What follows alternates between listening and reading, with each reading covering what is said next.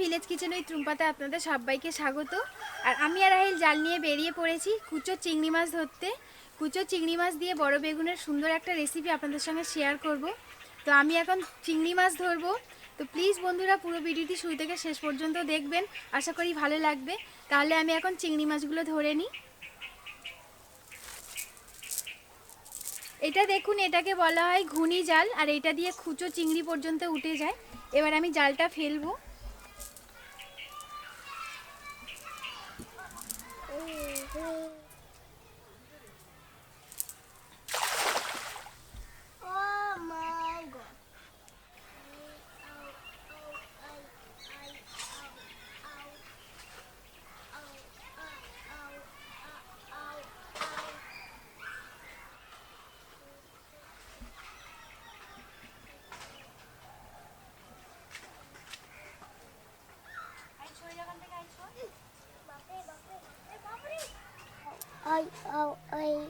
এই দেখুন, এরকম সাইজের চিংড়ি পুকুরে ভর্তি হয়ে গেছে, আর আমি এই সাইজের চিংড়ি নেব।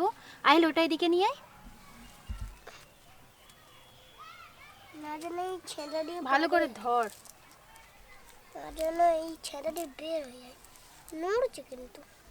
দেখুন একবার জাল ফেলতে অনেকগুলো চিংড়ি উঠেছে, 50-এর মতো হবে, এত চিংড়ি উঠেছে।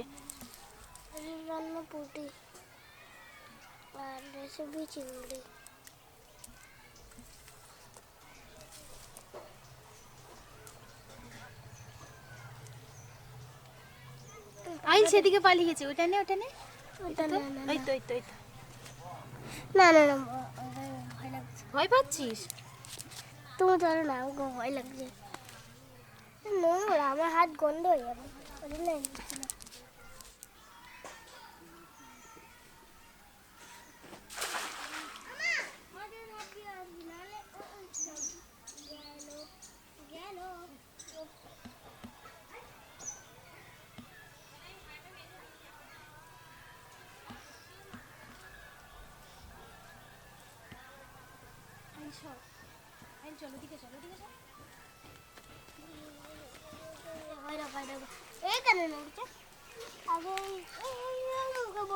একটু সরে বস, একটু সরে বস।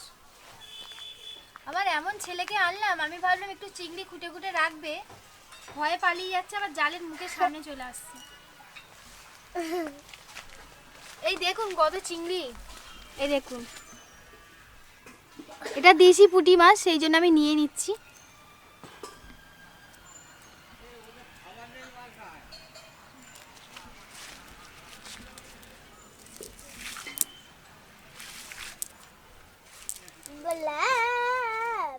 বন্ধুরা, আমি চিংড়ি মাছ ধরে নিয়েছি। এই দেখুন এতটা চিংড়ি মাছ হয়েছে। এবার আমি বেছে ধুয়ে রান্নার কাছে চলে যাব। আর সঙ্গে দেখুন একটা মাছ উঠেছিল বড় সাইজের, এটাও নিয়েছি, এটা বাড়িতে খাওয়া হবে। পুকুরের টাটকা টাটকা চিংড়ি আর সঙ্গে বড় বেগুন, খুব সুন্দর হবে রেসিপিটা, আপনারা প্লিজ প্লিজ দেখবেন।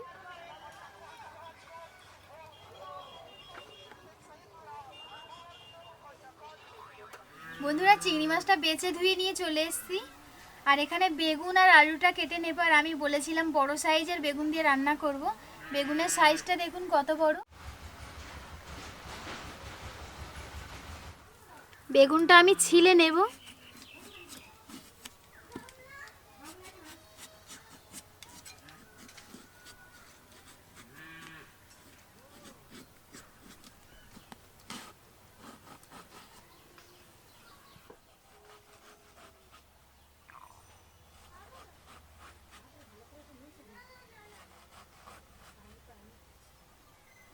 বেগুনটা আমি এইভাবে কাটবো, বেশি ছোট করব না।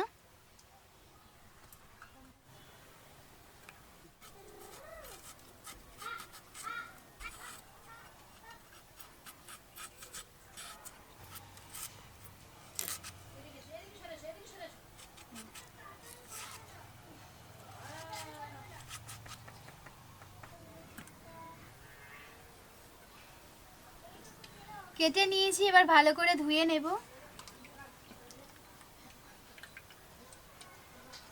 আর এই যে দেখতে পাচ্ছেন বেগুনটা, এত বড় বেগুন, তো সেই জন্য আমি একটা নিয়েছি, এটা রেখে দেব।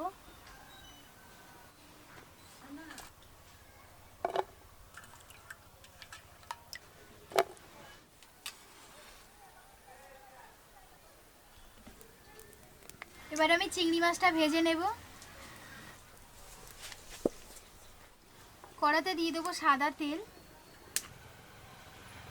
তেলটা গরম হোক, আর এদিকে আমি চিংড়ি মাছের মধ্যে লবণ আর হলুদ দিয়ে মাখিয়ে নেব। পরিমাণ মতো দিয়ে দেব লবণ, অল্প করে দিয়ে দেব হলুদ।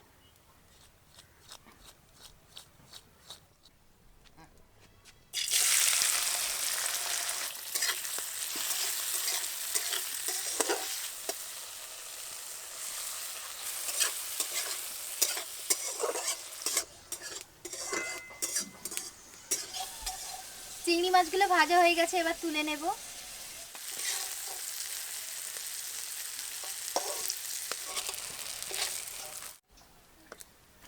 এবার কড়াতে দিয়ে দেবো অল্প করে তেল।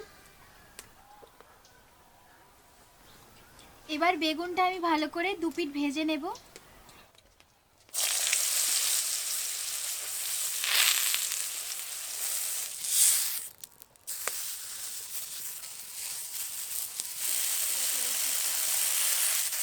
বেগুনটা এইভাবে ভেজে নিয়েছি, দেখতে পাচ্ছেন।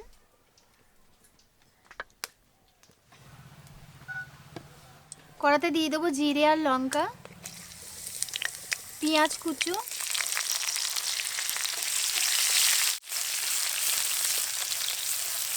দিয়ে দেবো রসুন বাটা 1 চামচ, সর্ষে বাটা 1 চামচ, লঙ্কার গুঁড়ো 1 চামচ, হলুদের গুঁড়ো 1 চামচ, ধনে গুঁড়ো 1 চামচ, জিরে গুঁড়ো 1 চামচ। দিয়ে দেবো অল্প করে জল, মশলাটা ভাজবো।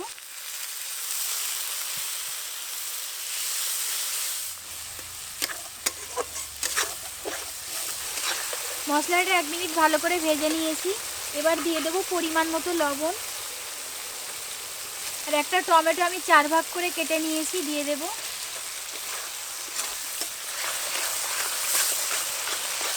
এবার দিয়ে দেব আলু, দিয়ে দেবো ভেজে রাখা বেগুন। 5 মিনিট খুব ভালোভাবে ভেজে নেব এটাকে।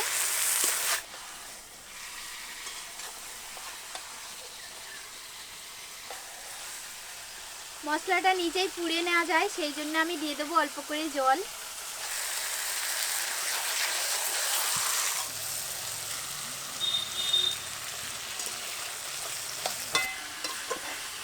পাঁচ মিনিট ভেজে নিয়েছি, এবার দিয়ে দেবো চিংড়ি মাছ। আর বন্ধুরা দেখুন, ভাজতে ভাজতে বেগুন দুটো, একটা করে দুটো করেছিলাম, সেই জায়গায় 4টে হয়ে গেছে।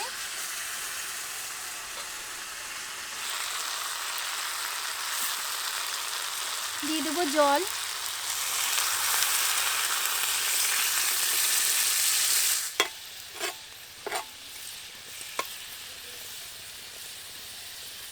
এবার ধনে পাতা দিয়ে দেব। ধনে পাতাটা আমি কুচি করিনি, দেখুন গোটা গোটা আছে।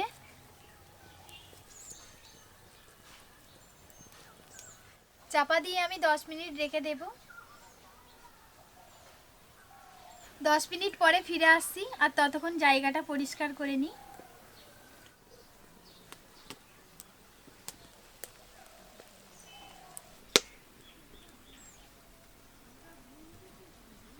বন্ধুরা 10 মিনিট পরে ফিরে এসেছি, ঢাকাটা খুলে দেখে নেব।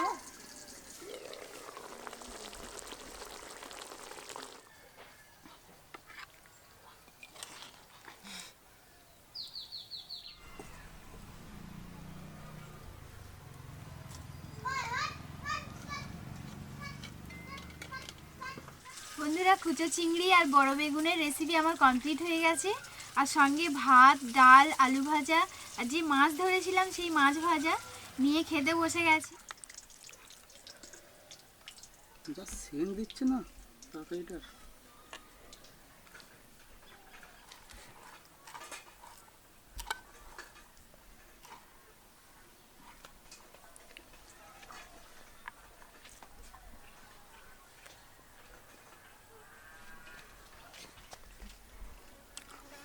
পুকুরের এই চিংড়িটা এত টেস্টি হয়, আর আমি যে বড় বেগুনটা নিয়েছি সেটাও খুব টেস্টি, একদম অসাধারণ লাগছে খেতে। এটা ধনেপাতা ডাল আর মাছ ভাজাটা দেখুন, মাছটা ভেজেছিলাম চিংড়ি মাছ ধরার সময় পুকুর থেকে যে মাছটা ধরা পড়েছিল সেই মাছ ভেজে নিয়েছি দেখুন।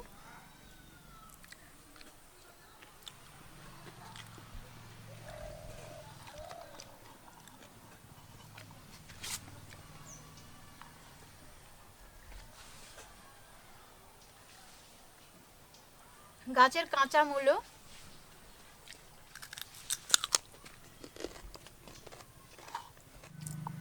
এই বেগুনটা মাখিয়ে আর পাতিলেবুর রস দিয়ে খেতে আরও ভালো লাগে, সেই জন্য পাতিলেবু নিয়েছি।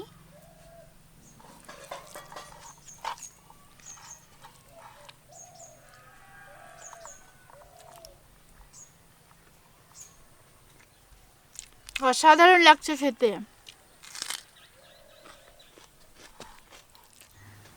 বন্ধুরা সত্যিই খুব সুন্দর লাগছে খেতে। আর আপনাদের ক্যামেরাম্যান আমার তরকারি নেওয়ার সাথে সাথেই এক বাটি খেয়ে ফেলেছে, বলছিল খুব সুন্দর হয়েছে তরকারিটা।